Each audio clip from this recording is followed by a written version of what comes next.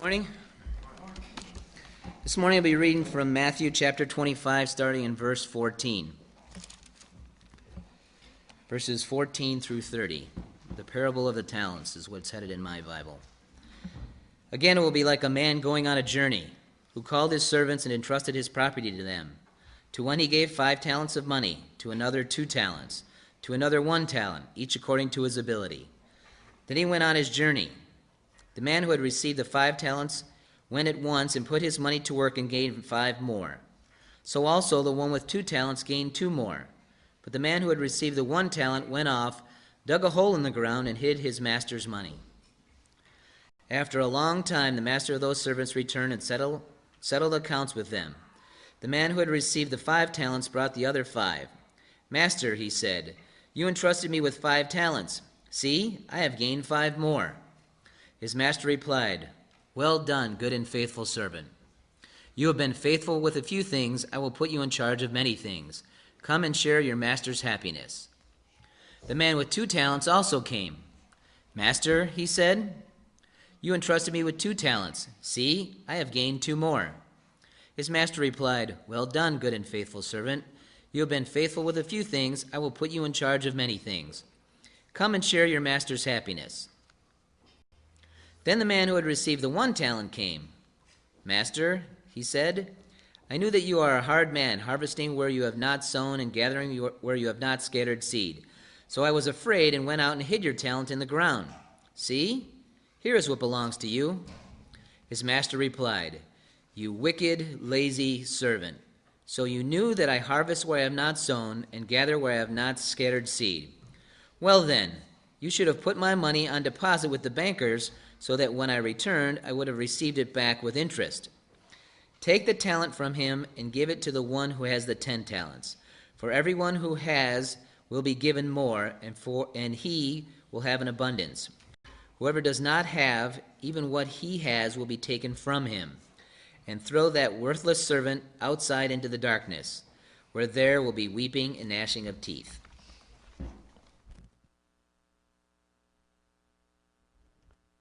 Good morning. Keep your finger there and also open your Bibles to Genesis 39. Genesis 39. It's good to have our guests here today. I've met some of you. Others I've not had a chance to meet yet, but I hope to get a chance to do that. Let me say it's good to have the Honduras team back. They did a good job. They worked very hard. If you doubt that, just kind of look at their pictures that they have on Facebook. They're a ton of work. They worked tirelessly through this. Well, tirelessly is maybe an oxymoron. They were very tired. It's very clear of that. But it's good to have them back. I'd also remind you that Share and Care is this coming Saturday. It's already been mentioned. Bob mentioned that that's coming up, a giveaway day.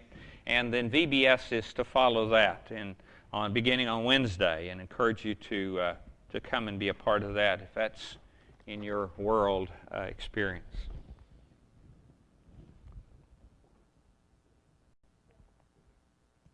Someone has said that opportunity knocks.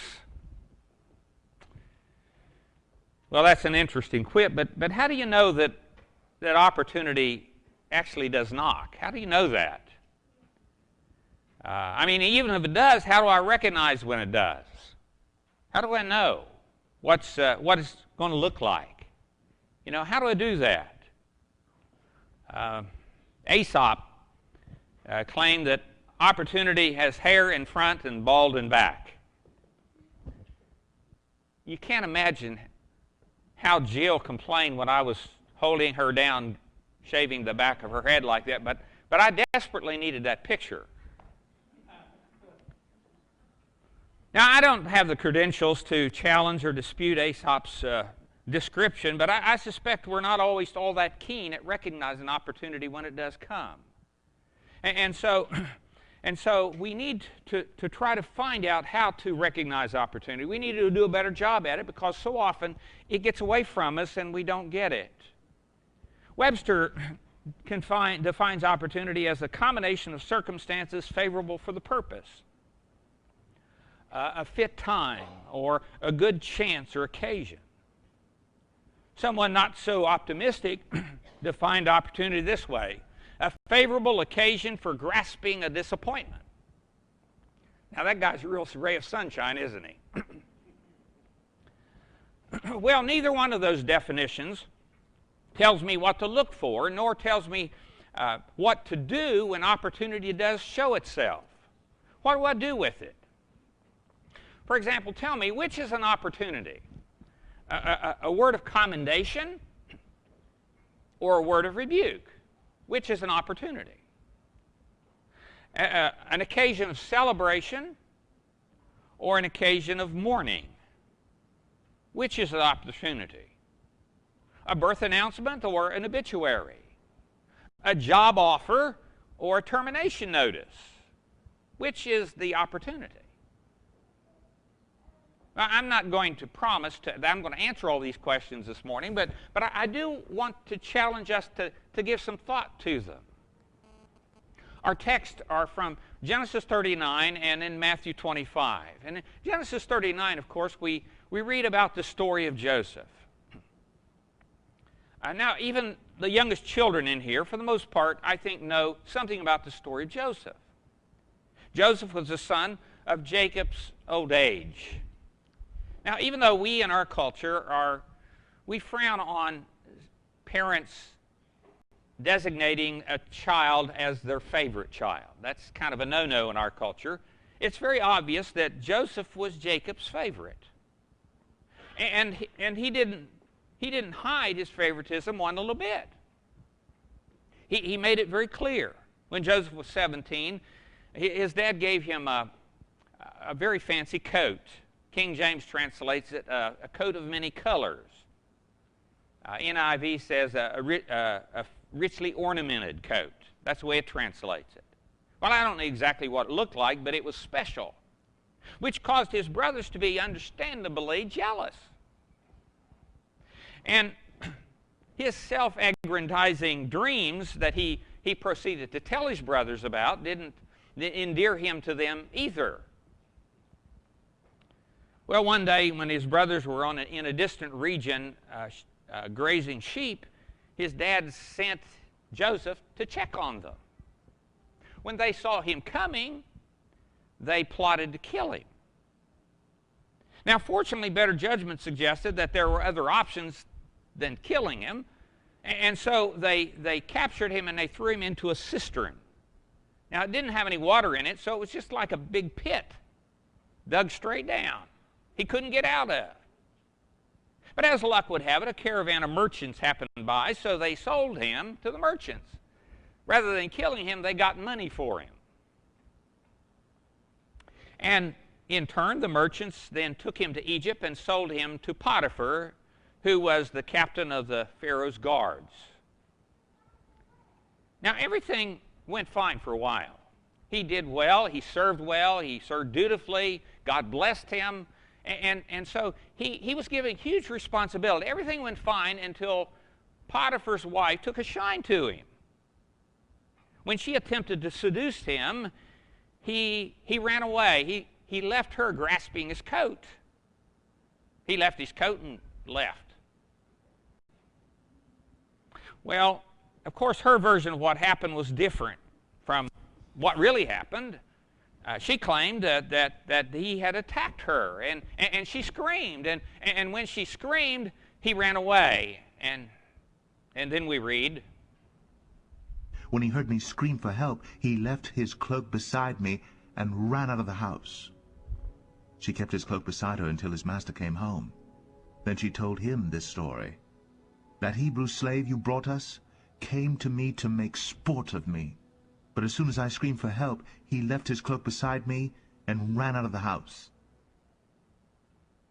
When his master heard the story, his wife told him, saying, "This is how your slave treated me." He burned with anger. Joseph's master took him and put him in prison, the place where the king's prisoners were confined. But while Joseph was there in the prison, the Lord was with him. He showed him kindness and granted him favor in the eyes of the prison warden. Now in Matthew 25, we find, as already been read, the story of the talents. It's one of the favorite stories of all the stories that Jesus told about this man who was going to make a journey, and so he called his servants to him and entrusted his property to them. To one of his servants he gave 5 talents, to another servant he gave 2 talents, and to a third he gave 1 talent.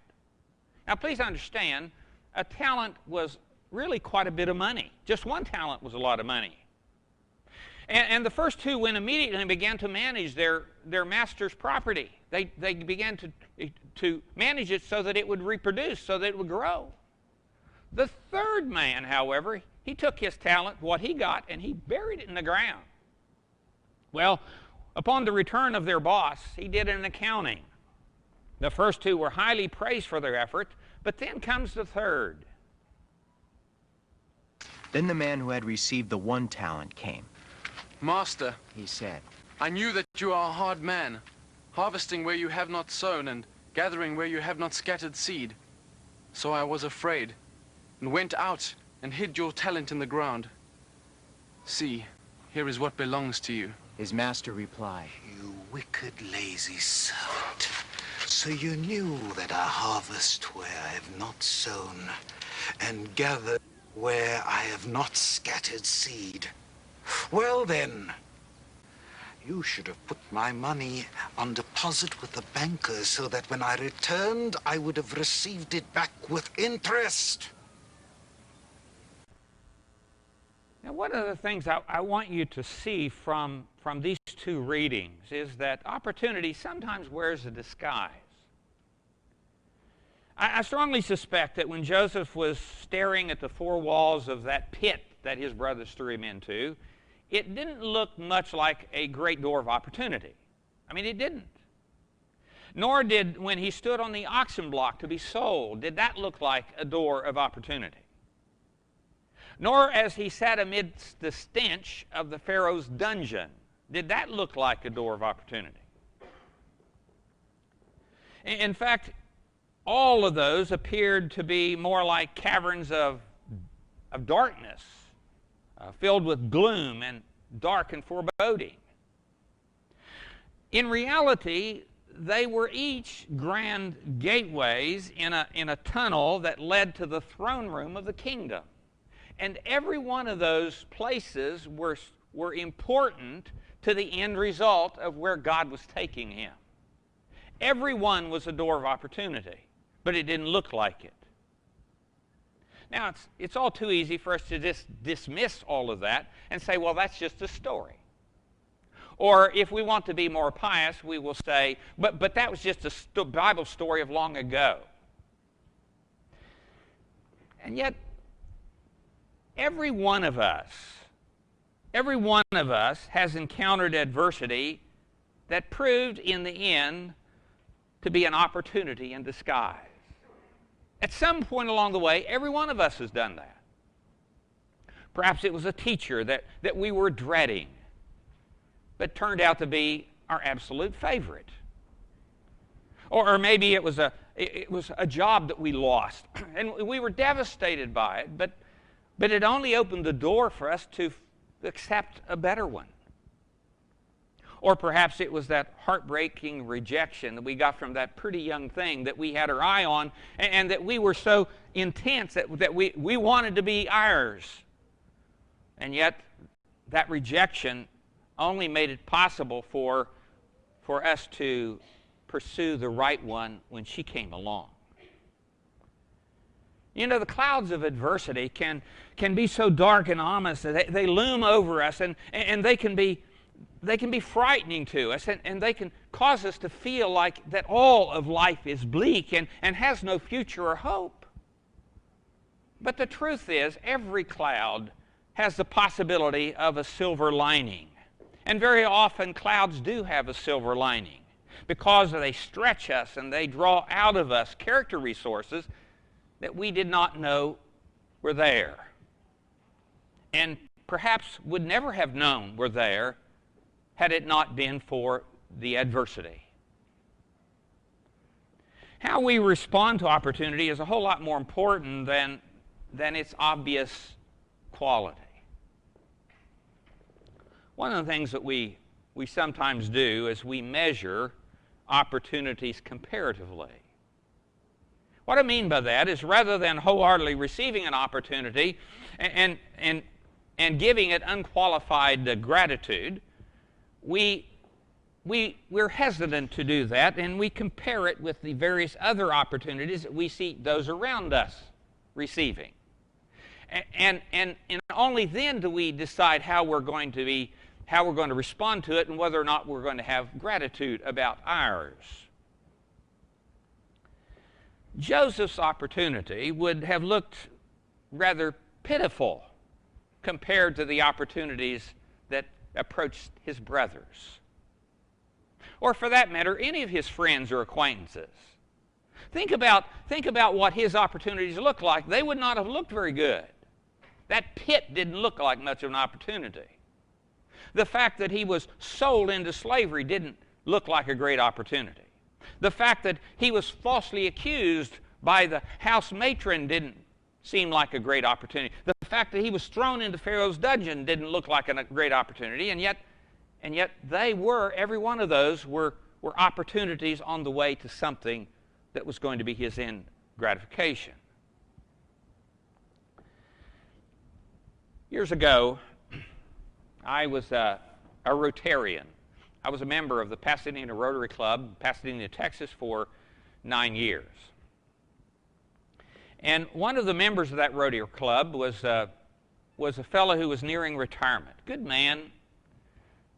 In fact, he retired during my tenure there. Buddy Jones retired from the presidency of the largest bank in town. But I want you to know he started at that bank years earlier as one of the custodians. That's right. He started at that bank as one of the custodians. He retired as president. Now, who would have guessed that custodian, Buddy Jones, would retire as President Buddy Jones? Who would have ever guessed that? Who would have ever guessed that a fisherman's invitation to accompany itinerant preacher would lead to eternal life? Who would have guessed? Who would have guessed that what one did with one talent was just as important with what another did with 5 talents? Who would have guessed? Who would have ever guessed that the household slave would end up being second in the kingdom, only to the Pharaoh? Who would have guessed? Destiny does not depend on how big the opportunity is, but how it is used. Rarely, however, does opportunity knock twice. You know, as strange as the language is, I'm told that's exactly what Aesop was saying when he talked about opportunity has hair in front and is bald in back. You have to grab it as it comes toward you, because once it is passed by, there's nothing to grab hold of to bring it back. Tragically, that's precisely often what we do. We let it pass by. Because of laziness, we can't seem to muster the energy to do what we have fantasies of doing. Or more often, perhaps because of indifference. We've allowed the dreams to die, whatever dreams were there. And most certainly, most often, because of fear. We're afraid. We allow opportunities to pass unclaimed because of fear. Fear of failing. Fear of succeeding. Not sure if we could handle some of the circumstances that would come with the opportunity if we actually said yes and grasped it. And most often, certainly, because of fear of change. Change that the opportunity would bring into our world that we're not sure we'd know how to deal with. So many of us are terrified by change. that we let opportunities just pass us by. The dramatic difference between Joseph and the one-talent man was not so much the difference in the quality or the size of their opportunities, but rather the difference lay in how they responded. And how they responded was dramatically different. One word of caution. Not all that seems to drop right out of heaven into our laps is necessarily a gift from God. Our knee-jerk reaction, if something just drops into our lap, is to automatically assume, well, that's God. That's a God thing. But it isn't necessarily. We need to grab opportunities, but we need to do so judiciously. In one of his books, Bruce Larson tells a story from 1973. In February 1973, a man was working on his farm in Wisconsin, just north of us. And as he worked in his field, something fell right out of the sky into the field near him. It really got his attention. Man, he didn't know what this was. He went over to examine it. It turned out it was blue, and it was pockmarked, and it was frozen, and it was very mysterious. He didn't have a clue what this was. But he cut off part of it and put it in a baggie and put it in his freezer. He called the local sheriff. He called some geologists from the local college and had them come out and examine it. And they did. And for a long time they were stumped. They weren't sure what it was. Was it a meteor? Was it part of the glacier that got caught up in the jet stream? What was it? It was only much later. They knew that it was frozen, and then when it melted it was very smelly. That's all they knew. But after several months of trying to analyze and decide what it was, they finally decided it was blue potty fluid accidentally ejected from an airplane toilet. That's what it was. Now, if you think that's a crazy story, couldn't be true, I'm telling you it happens every once in a while, and all you have to do is Google it to know this right. So not everything that drops in your lap out of the sky is necessarily a gift from God. Nevertheless, you need to realize that opportunity does knock on our life. And we need to be ready and prepared and equipped to grab it as it comes toward us. Because once it is passed, you can almost count on the fact it will not knock again. May God bless us to make the most of every opportunity. My challenge to you this morning is very simple, and that is to stay alert. Be aware to grab an opportunity when it comes your way, so that God can be glorified, so that you can be challenged to grow, so that you can be all that God wants you to be.